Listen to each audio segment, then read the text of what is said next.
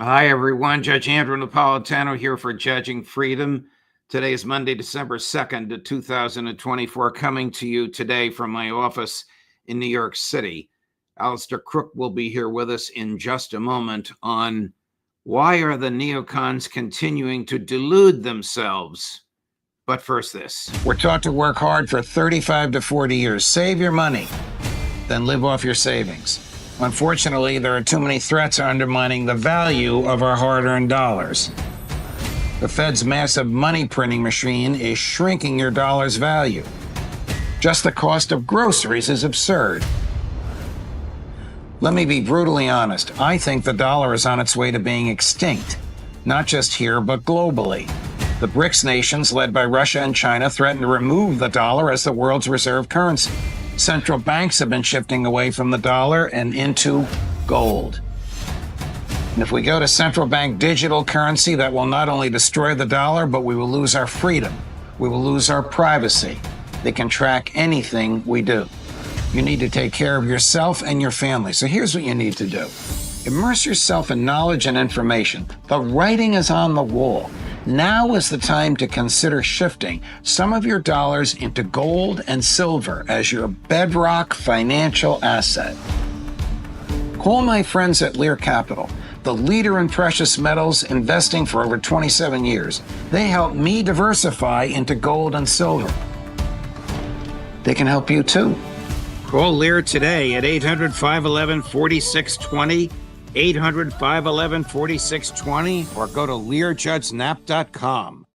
Alastair Crooke, good day to you, my friend, and welcome here. As I said earlier, coming to you today from my office in New York City, hence the different background, and I have other commitments, hence my different, more formal, more British attire. But welcome to you, friend.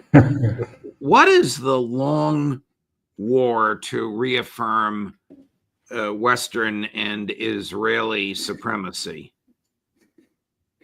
That's the war we're in.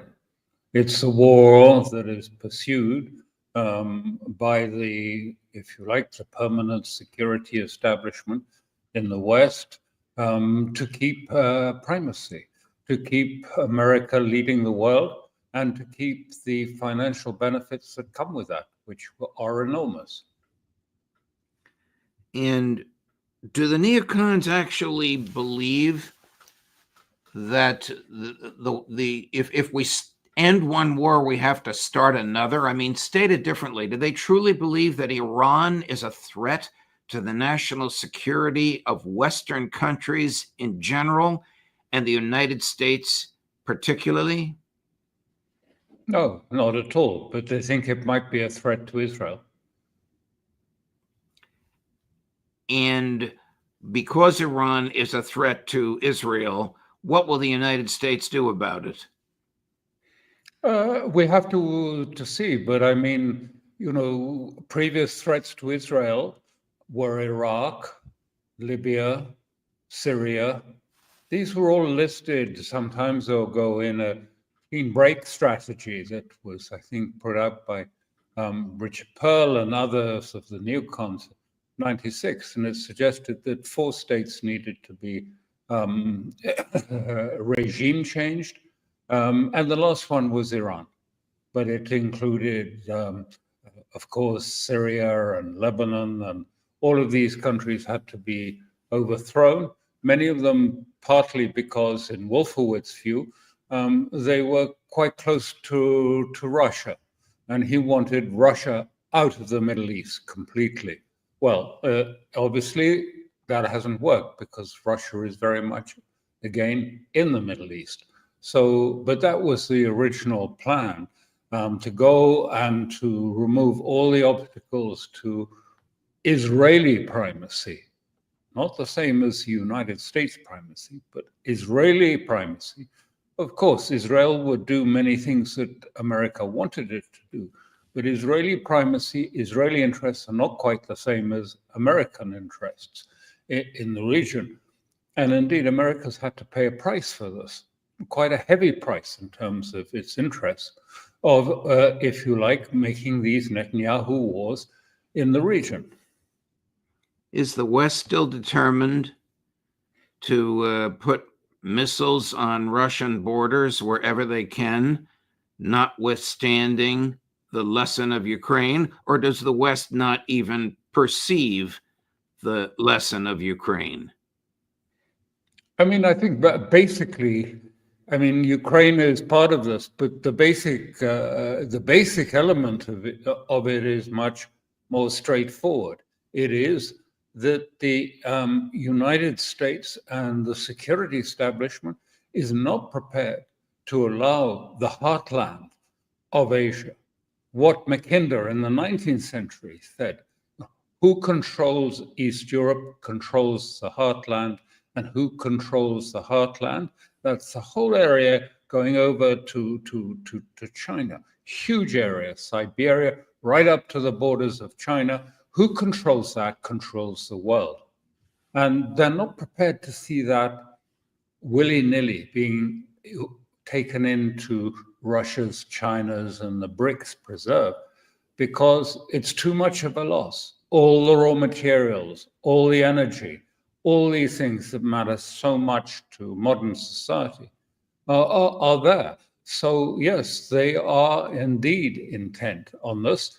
And we're seeing this play out even today in Syria, where Syria, which in 2011 was targeted by the United States for its support, for its connections with Russia, but also for its support for the resistance, for Hezbollah. And today, Syria is under attack. Lebanon was under attack the other day. And now we have the war extending greatly throughout the region. I mean, a complete realignment of the war is taking place in the region. Is it a coincidence that within hours of the implementation of the Lebanon-Israeli ceasefire, the war seems to have, and actually has, heated up substantially in Syria? Is that a coincidence? Absolutely no, not at all. And you can see this quite clearly, because what was the last thing that happened just as the ceasefire was going? It's not really a ceasefire, it's a truce, but the truce went into effect. What happened was that Israel attacked all of the crossings between Lebanon and Syria, by which Hezbollah might move into Syria to support the Syrian government against what happened in the next few days, which was the emergence of this large militarized force in Idlib, in the west of Syria, that has now taken over Aleppo. And the big question was really, was anyone aware that this was going to happen? Yeah, sure. Israel was aware because they prepared for it. Secondly, the United States, of course. In fact, the head of Shin Bet was in Turkey discussing matters with the head of Turkish intelligence just earlier in November. And then the NATO chief was there a few days later. And of course, Turkey is the instigator of this, for all his fine rhetoric. Now, what's it done? It's changed the whole balance, because it's brought Russia into the war. Russia is bombing these militants in Idlib, who are takfiris. That means people who will cut off heads of people they regard as apostates, that is, non-believers. They've already started that, not with everyone, but they've started. I've seen videos of them cutting off the head of a Syrian soldier. Now, what I think has happened here is very much that most of Assad's elite forces, which are basically the Alawite forces, Assad is an Alawite, and the establishment is Alawite, and is basically a sect of Shiism that broke away from, if you like, the mothership in the 7th century and established itself in the 10th century. in in Lebanon and Syria, and was then officially acknowledged by the supreme leader some time ago as a branch of Shiism, as not an, if you like, a heretic group, but as a mainstream Shia group. And so those forces were along the border, trying to make sure that Israel didn't come in to the, if you like, across the border of the Golan, which is very close to Damascus. So they were all stretched along there. And up in the north, Syria really only had conscripts. Conscripts had no experience fighting. I mean, they just collapsed. Now, what has happened is that this has transformed the situation, because now Russia has been bombing these groups heavily. I think head of the Air Force, or one of the senior members of the Russian Air Force, has just been to Damascus to discuss further air assaults. And you have, to a certain extent, Israel attacking, on the other hand, what they claim are Hezbollah forces still across the border. And now we have a new development, which is that Iran has said it supports Assad's government in all ways now. And we have the beginning thousands of Iraqi PMO, that is Hashad forces, have already crossed the border into Syria on their way to fighting these Turkish-led motley. It's a group. I mean, the militia are not just one. There are 6 main militia elements. Some of them are Al-Qaeda groups, formerly Al-Qaeda, Al-Nusra groups, under the command of Jolani, who was a brutal leader in Idlib in Turkey. And there were many fights within those groups because they disliked him so much. There are reports that he's been killed. I can't confirm them, but the reports that Jolani is killed, which will change the situation also quite substantially. But you have now Iran entering the war, and you have Israel now getting extremely worried about Iranian forces coming down literally to the borders with Lebanon and their area. And you have Russia. I imagine Putin must be mad as hell at Erdogan, who's really, broken all the Astana agreements, all his agreements with Putin. He's broken by this well-prepared plan, at least months. As far as we understand, the only thing that changed really was they suddenly brought it forward to the end of the ceasefire, because it was scheduled, I think, for a little later. But they brought it forward and activated this large force. I mean, if you see the videos of them, they're all marching. They have beautifully equipped, latest NATO equipment. They have tanks. They have armored personnel carriers. I mean, we're not talking about a sort of ragtag militia that people think of from, 20 years ago. This is a force, that has been well trained. Some of them have been trained by in and around Al-Tanaf by the Americans. They were all trained some years ago from about 2011 by both CIA and the Pentagon in different ways and in different places in Syria, mainly to bring down Assad and to remove him from power. It didn't work, but this was conceived as a new operation. How far Erdogan wanted to go, I don't know. But my goodness, he's now put himself in direct opposition to Putin and Russia. I mean, directly, he is in this war. There's no doubt. I know Turkey is denying it, but there's absolutely massive evidence to show that and reports from the prisoners taken show that this is entirely managed by Turkish intelligence. Puts himself completely at odds with Russia. I imagine Putin apoplectic with anger at that, and put himself at odds with Turkey. And with Iran, sorry, put himself at odds with Iran.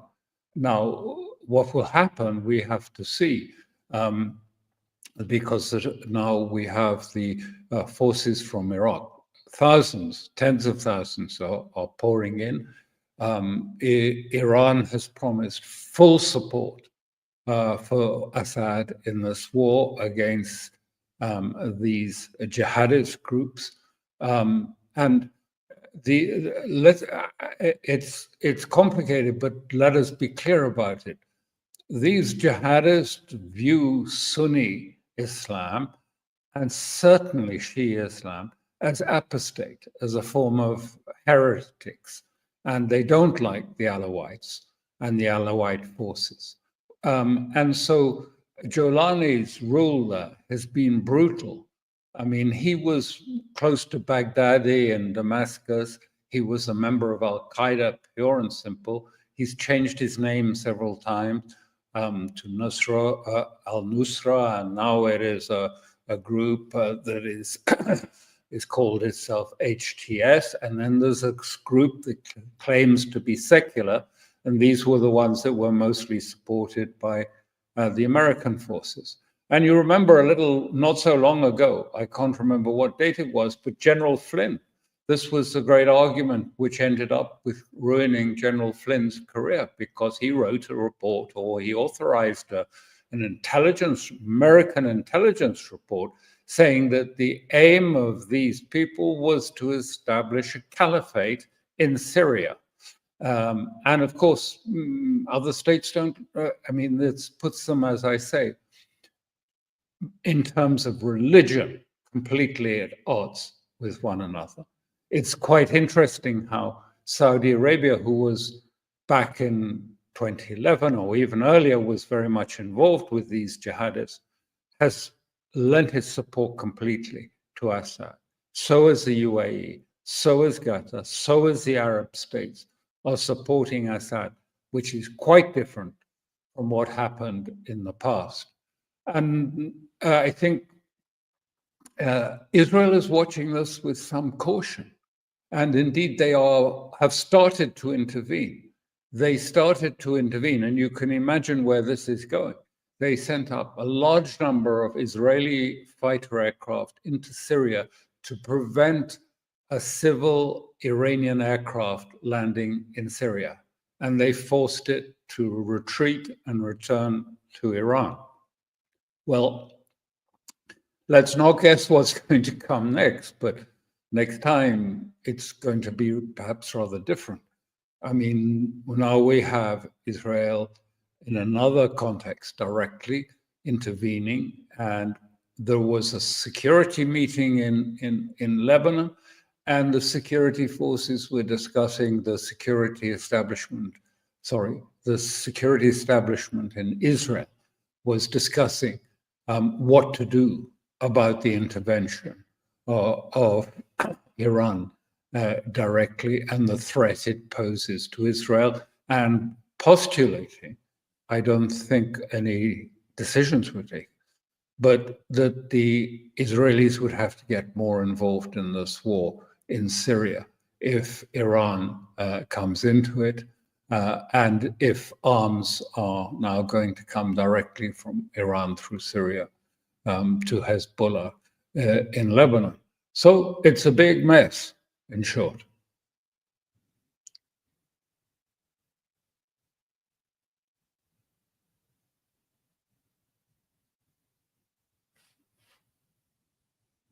I can't hear.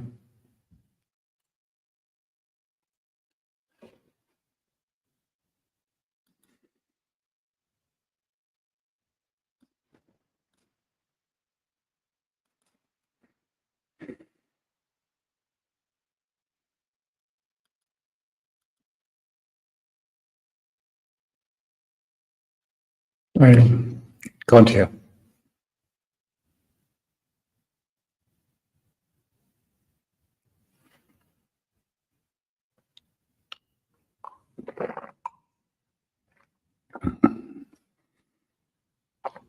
All right, you got me now, Al.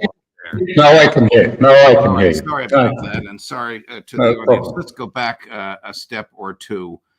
Why did Netanyahu agree to the ceasefire in Lebanon? I think there were a number of reasons, but principally because the Israeli forces were overstretched. I mean, that according to their directives of their military commitments, I mean, the Israeli directives for military involvement, they are understaffed by about 20%. People, the troops were exhausted, protesting. Many of the reservists were not turning up to fight. They'd actually been withdrawn from Lebanon, the reservists, and they'd left it just with the professional army and the Golani army, and they were suffering heavy losses too. So I think the army was desperate for a pause. And then similarly, there was the great tensions within the cabinet between the Orthodox, who are part of the coalition, who refused to do national service in the army, and the secular and also even the religious nationalists who say, yeah, okay, but why should our sons die? And theirs just go on studying the Torah. This can't continue. It's the nation at risk, and everyone has to be a part of this. Right. And the Orthodox must be conscripted. It was so tense that it has been very close to bringing down the coalition. So that's saved that element to it. And I think also Netanyahu's been sort of clearing the decks for the Trump arrival. I don't know what's going to come out of that.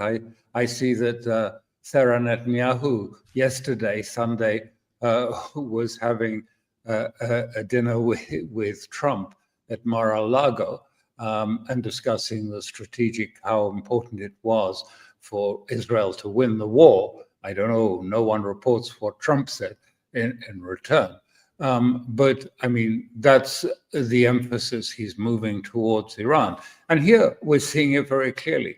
Ceasefire, they attempted to weaken Hezbollah, but didn't succeed. So they got the West to help them impose a ceasefire in Lebanon. Then the war moves to Syria. And they knew this was coming, and it was evident. It was planned this way, to cut off the weapons supply to Hezbollah. And when that was cut off, then they would restart the war in Lebanon, with Hezbollah weakened by not having its weapons supply. And then it would move on and move up towards Iraq and then Iran. This has been very clearly the plan. And so Netanyahu clearly knew this was coming, and so cut off all the communications between Hezbollah, because in the past, Hezbollah forces played an important element in ending the civil war in Syria. And then what's happened? Look, I think this isn't part of the American deep state plan with the British and the French and the Turkish involvement, because what's happened is Russia has come straight in with its air force and got involved in the conflict. I mean, substantial. The Russian have been pounding these forces in Idlib, and then now we have Iran promising to support Assad to the end, and it will provide the forces necessary to do that. And already tens of thousands of armed Iraqi resistance fighters are crossing. These are Shia, like Assad, like, if you like, Iran, are crossing the border into the. I mean, and these are the people who suffered so greatly with Al Qaeda, who would kill them, cut their heads off. So they have a bitter experience and a bitter dislike for the sort of forces that Turkey's been using to this end. And so we have a completely new paradigm where it's now the war has become more complex and wider, and the consequences of it less predictable. It's very chaotic in Syria at the moment. It's not possible to give I couldn't now at this stage give you a sort of neat sort of photo of what's going on there, except to say that they're being pushed back considerably. These militia of Turkey tried to go down to Hama, which is a strong Muslim Brotherhood town. Part of Homs. Hama is a sort of a vein of radical Sunni Islamism, and to try and get down there, and they've been pushed back. They're not able to, if you like, create a buffer zone along the border with Lebanon, but they're getting pushed back as the army reorganizes itself and brings its elite forces back from the border and is engaging them in Assad. But this is in Aleppo, but this is going to take time. I mean, yes, you can use air power and you can bomb them, but ultimately you have to clear this area it'll have to be cleared sort of hand-to-hand fighting. This was not, not something that can be just done in a trice. So it's going to be a very complicated war that is now opened up. And, for all Erdogan's posturing, again, the mask has been pulled away, and he's turned out to be, if you like, acting on behalf of simply of Israel and of the United States in this area. I don't know what it will mean, because many of his people were, as you've seen, I think you've seen them, been very angry about what's happening in Gaza and elsewhere. But anyway, he has decided to throw in his lot to try and destabilize Assad, maybe bring down the government, because I saw that the Turkish foreign minister, Fidan Hakan, was urging the people, saying there must be, Assad has to listen to the popular opposition of these takfiris, these jihadists in Idlib. And that's, of course, the last thing that Christians, because there's a large Christian population in Syria, and the Alawites are prepared to listen to that sort of message coming out of Turkey. He's, I think, overextended himself, Mr. Erdogan, badly overextended himself with this game. And maybe the West too. I don't think Russia will get much more involved, because they're going to stay concentrating on Ukraine. They're not going to put troops in or anything like that. Iran might. It might. I don't know. But it might. But anyway, the war is on. And it's going to be a long war and an extensive war. The lesson is Iran might, and the war is on. Alastair Crooke, thank you very much for your time, my dear friend, and for this extraordinary analysis. All the best to you. We'll see you again next week. Thank you so much, Judd. Of course. Thank you. Coming up later today, we have a very interesting day. At 9:15 this morning, Patrick Lancaster live from Eastern Ukraine. At 10 this morning, Ray McGovern. At 11 this morning, Larry Johnson. At 4 this afternoon, it's our usual Monday, Scott Ritter. Judge Napolitano for Judging Freedom.